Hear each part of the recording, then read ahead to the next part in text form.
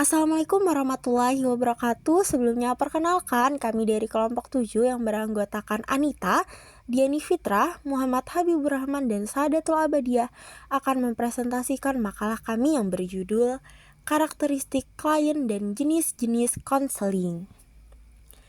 Nah, jadi apa sih pentingnya mengetahui karakteristik klien dan jenis-jenis konseling akan kami bahas pada makalah kami. Lalu pada pembahasan yang pertama itu ada bagian A, karakteristik klien. Nah, jadi klien dalam konseling adalah orang yang datang kepada konselor untuk meminta bantuan dalam menyelesaikan masalahnya. Dan dalam konteks konseling sendiri, klien ini adalah bukanlah orang yang pasif atau tidak memiliki kekuatan untuk menyelesaikan masalahnya, tetapi klien adalah orang yang memiliki kekuatan berupa motivasi dan kemauan berubah untuk menyelesaikan masalahnya walaupun harus dibantu oleh konselor. Nah, jadi perlu kawan-kawan ketahui nih, sebenarnya bahwa klien dalam konseling ini bukan orang yang pasif atau tidak berdaya sama sekali untuk menyelesaikan masalahnya, tapi adalah orang yang memiliki motivasi untuk menyelesaikan masalahnya.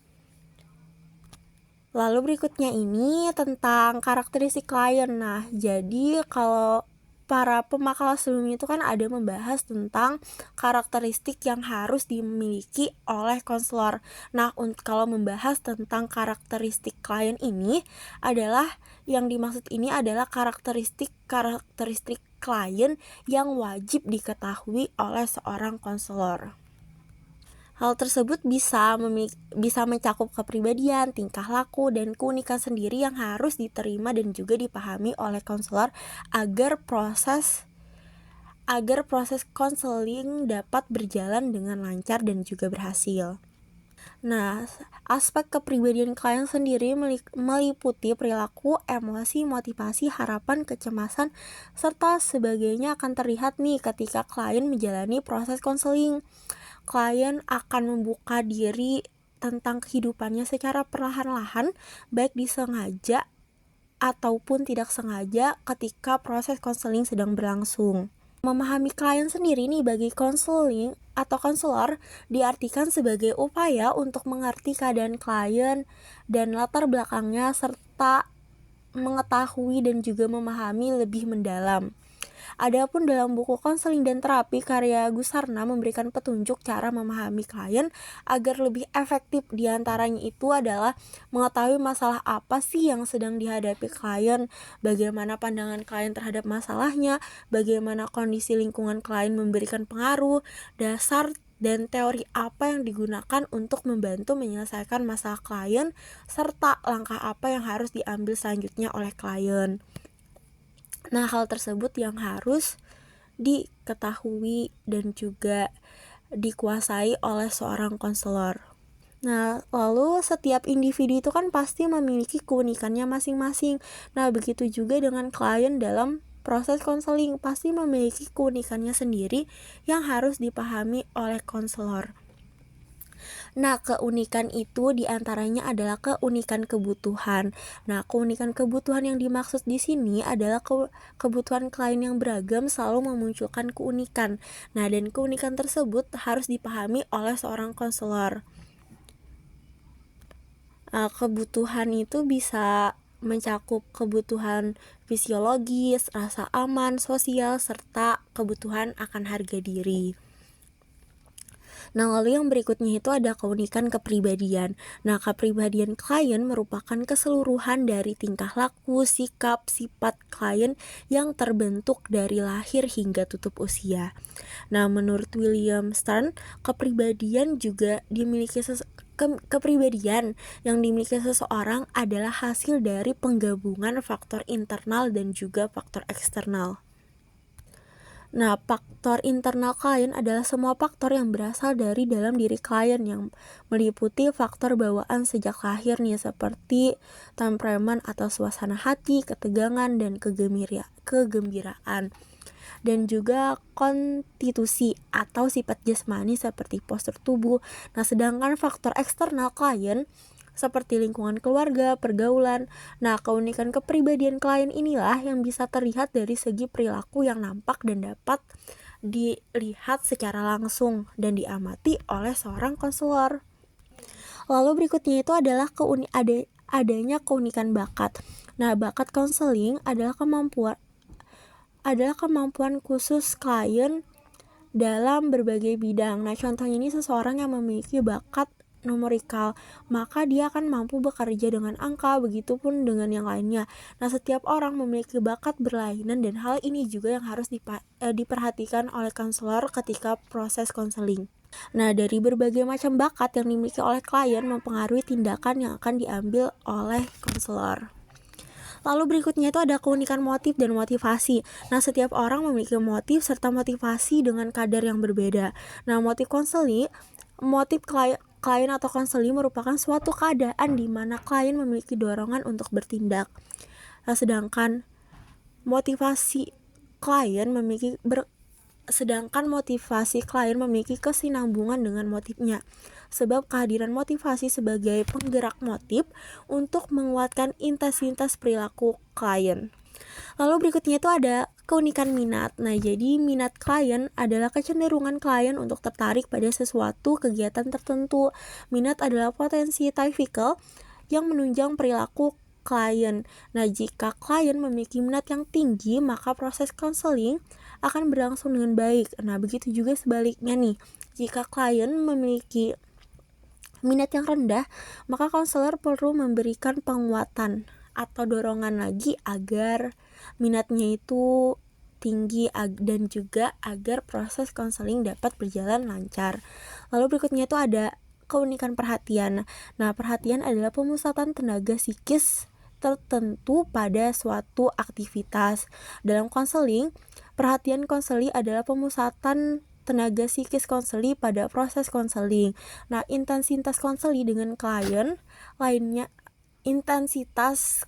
satu dengan yang lain itu memiliki kadar yang berbeda. Nah, hal inilah yang dipengaruhi oleh kebutuhan klien tadi terhadap konseling dan karakteristik dari si klien. Lalu berikutnya itu ada keunikan sikap. Nah, sikap adalah kecenderungan untuk melakukan aktivitas tertentu. Klien memiliki sikap yang berlainan.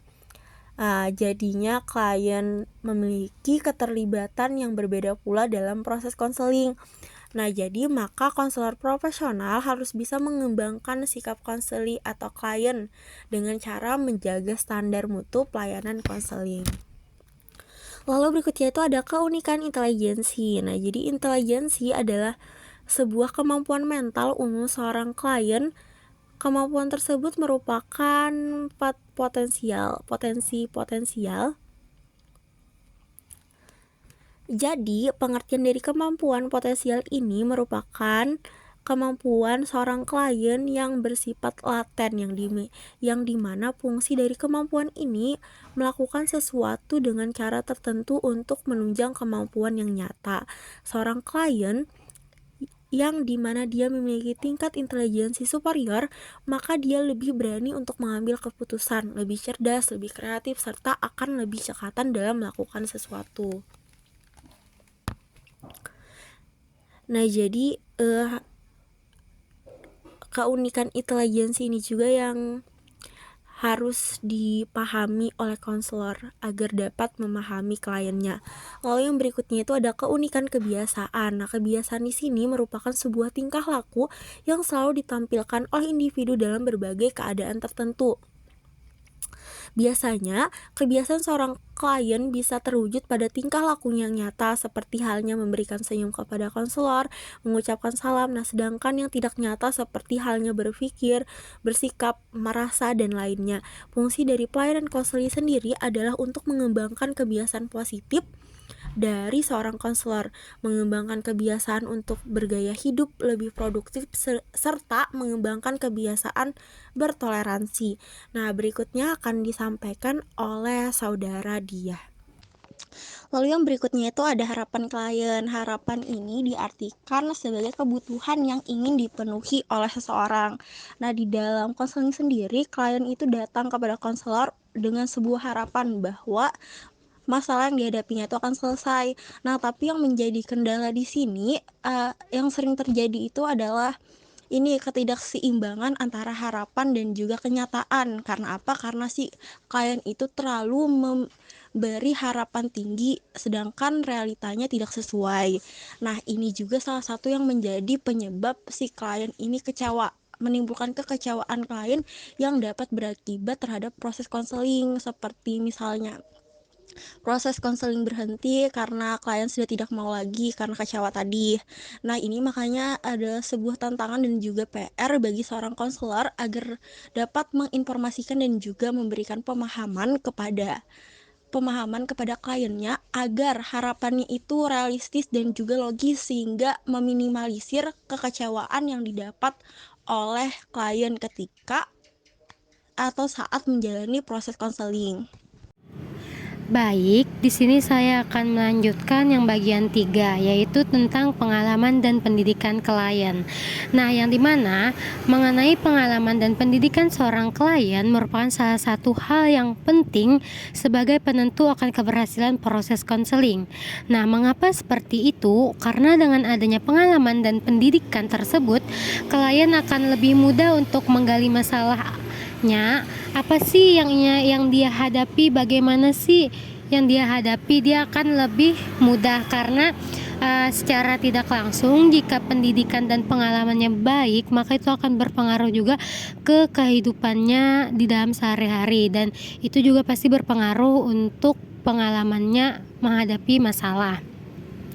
Nah, sedangkan untuk permasalahan di lingkungan sosial budaya, seperti di sekolah, keluarga, nah itu tetap menentukan pembentukan pengalaman dalam berkomunikasi dan juga kemajuan pendidikan. Nah, jadi itulah penyebab mengapa pengalaman dan pendidikan klien itu sangat penting, karena ada menurut beberapa ahli yang menyebutkan bahwa sebuah permasalahan itu atau sebuah hal itu bisa terjadi dan bisa diatasi karena adanya pendidikan atau pengalaman.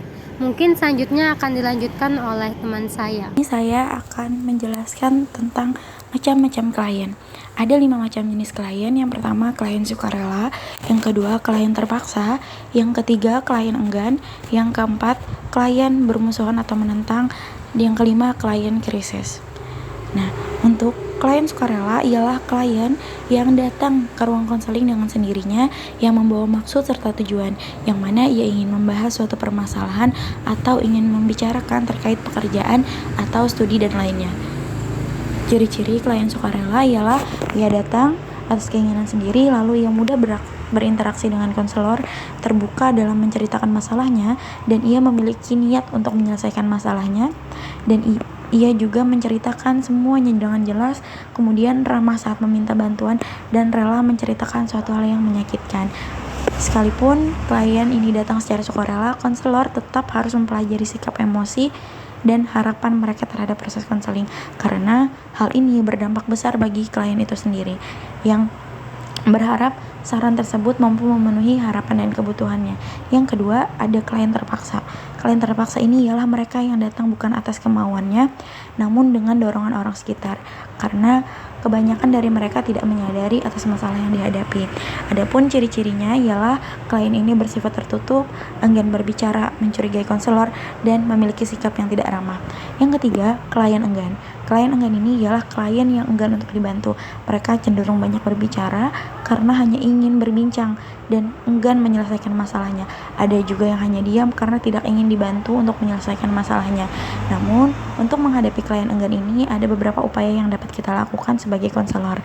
Yang pertama, menyadarkan kesalahannya dan memberikan kesempatan agar klien dibimbing oleh konselor atau lawan bicaranya yang lain. Yang keempat, klien bermusuhan atau menentang. Klien bermusuhan menentang ini ialah klien terpaksa yang memiliki masalah cukup serius, namun ia berkamuflase menjadi klien bermusuhan. Mereka menolak komunikasi dengan konselor. Sifatnya ialah tertutup, menentang, bermusuhan, dan menolak secara terang-terangan. Dalam hal ini, konselor harus menggunakan cara yang ramah, menyapa, dan memperlakukannya sebaik mungkin, namun tetap tegas, dan yang penting ialah negosiasi dengan klien tersebut. Cara efektif untuk menghadapi klien ini ialah dengan ramah, bersahabat, dan memiliki empati terhadap konselor, menunjukkan sikap toleransi, kemudian meningkatkan kesabaran. Kita menunggu waktu yang tepat untuk berbicara sesuai bahasa tubuh klien, memberikan toleransi kepada klien yang tidak mau dibimbing, kemudian membuat kesepakatan terkait kontrak waktu dan penjelasan konseling. Yang terakhir ialah klien krisis. Klien krisis ini artinya ia orang yang bermasalah berat dan sulit untuk berkomunikasi, seperti hal yang berkaitan dengan kematian, kebakaran tempat tinggal, pemerkosaan, kriminal, dan lain sebagainya. Tugas konselor membantu untuk stabil dan bertenaga menyesuaikan diri dengan situasi baru. Ciri-ciri klien krisis ini ialah antara lain tertutup dan menutup diri dari dunia luar, kemudian sulit mengendalikan emosi, tidak berdaya, memiliki kemungkinan untuk bersikap histeris, sulit berpikir rasional, tidak mampu mengurus diri dan keluarga. Yang terakhir, ia membutuhkan kepercayaan terhadap orang sekitar. Sekian penjelasan dari saya terkait macam-macam klien. Selanjutnya akan dijelaskan oleh rekan saya. Terima kasih. Oke, kita masuk ke jenis konseling. Konseling psikologi sendiri dapat diartikan sebagai sintesis dari berbagai kecenderungan yang mencakup aspek bimbingan, kesehatan mental, psikometri, kasus-kasus sosial, dan psikoterapi. Semua aspek di atas kemudian digunakan untuk membantu klien dalam menghadapi permasalahan yang sedang dia hadapi.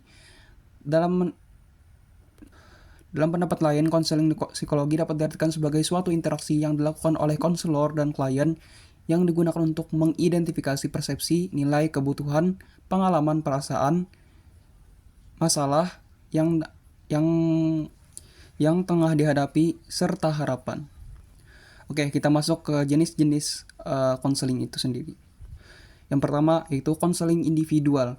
Konseling individual merupakan konseling yang dilakukan proses pemecahan masalah kepada individu yang tengah mengalami permasalahan, yang dimana tujuannya untuk menghilangkan, mengurangi, meredakan suatu masalah individu. Konselor membangun dan menciptakan keadaan yang hangat dengan berbagai teknik agar klien merasa aman dan mau terbuka akan permasalahan yang tengah ia hadapi. Dari informasi yang telah didapatkan dari klien, konselor membantu meruntut dan menguraikan guna menemukan benang merah dari permasalahan klien dan mencoba memberikan opsi terhadap individu tersebut untuk memecahkan masalahnya sendiri. Oke, masuk yang kedua yaitu konseling kelompok. Konseling kelompok merupakan suatu bentuk konseling di mana seorang konselor bekerja dengan beberapa individu sekaligus dalam satu sesi konseling. Konseling kelompok ini biasa terdiri dari 5-20 peserta, meskipun jumlahnya dapat bervariasi tergantung pada tujuan, metode, serta topik konseling yang dibahas. Tujuan dari konseling kelompok adalah membantu anggota kelompok memahami dan mengatasi masalah pribadi atau sosial mereka dengan dukungan dan bimbingan dari konselor serta rekan kelompoknya. Interaksi antara anggota kelompok dapat memberikan perspektif baru, pemahaman yang lebih baik tentang diri sendiri, serta mengembangkan keterampilan sosial dan pengambilan keputusan yang baik. Oke, yang ketiga, konseling pasangan. Konseling pasangan merupakan salah satu jenis konseling di mana pasangan yang mempunyai masalah atau konflik dalam hubungan mencari bantuan dari seorang konselor untuk memahami, mengatasi, dan memperbaiki masalah yang ada. Tujuan dari utama konseling ini adalah membangun hubungan yang sehat, meningkatkan komunikasi, meningkatkan pemahaman, dan menyelesaikan konflik yang ada. Dalam konseling pasangan, konselor bekerja dengan pasangan untuk membantu mereka mengidentifikasi masalah yang muncul dalam hubungan mereka. Hal itu dapat mencakup masalah komunikasi, kepercayaan, perbedaan nilai, kemampuan untuk memahami satu sama lain, peran dan tugas dalam hubungan, dan banyak aspek-aspek dalam kehidupan sebagai pasangan. Adapun langkah-langkah dalam konseling pasangan sendiri, yang pertama adalah evaluasi, yang kedua pemahaman, yang kedua perencanaan dan tindakan, yang ketiga pemantauan serta evaluasi. Oke, yang keempat ada konseling keluarga. Konseling keluarga merupakan jenis konseling di mana seorang konselor berkualifikasi bekerja dengan anggota keluarga guna membangun serta membantu mereka memahami, mengatasi, dan menyelesaikan masalah dalam hubungan keluarga. Tujuan utama konseling keluarga adalah meningkatkan komunikasi, memahami suatu keluarga, meningkatkan kesehatan dan persatuan, serta membantu keluarga mengatasi tentang perubahan hidup. Proses konseling keluarga mencakup banyak langkah, seperti analisis komprehensif, mengembangkan pemahaman tentang sistem keluarga, mengidentifikasi masalah, merencanakan strategi, dan membimbing keluarga untuk memecahkan masalah serta meningkatkan hubungan. Oke, selanjutnya akan disambung oleh rekan saya, Diani.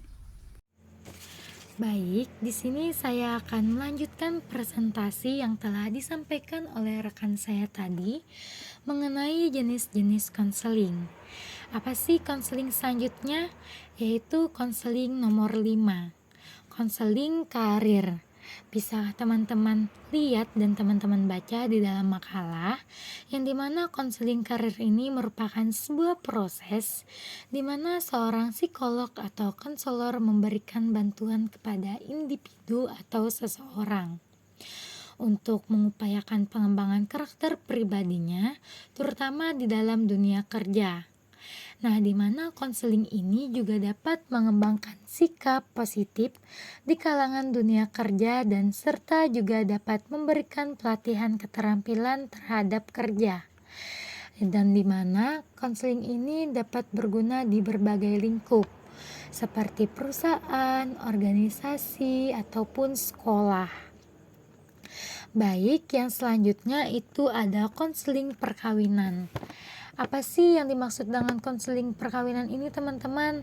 Jadi seperti yang dijelaskan di sini bahwa konseling ini lebih memberikan tujuan untuk mempelajari metode.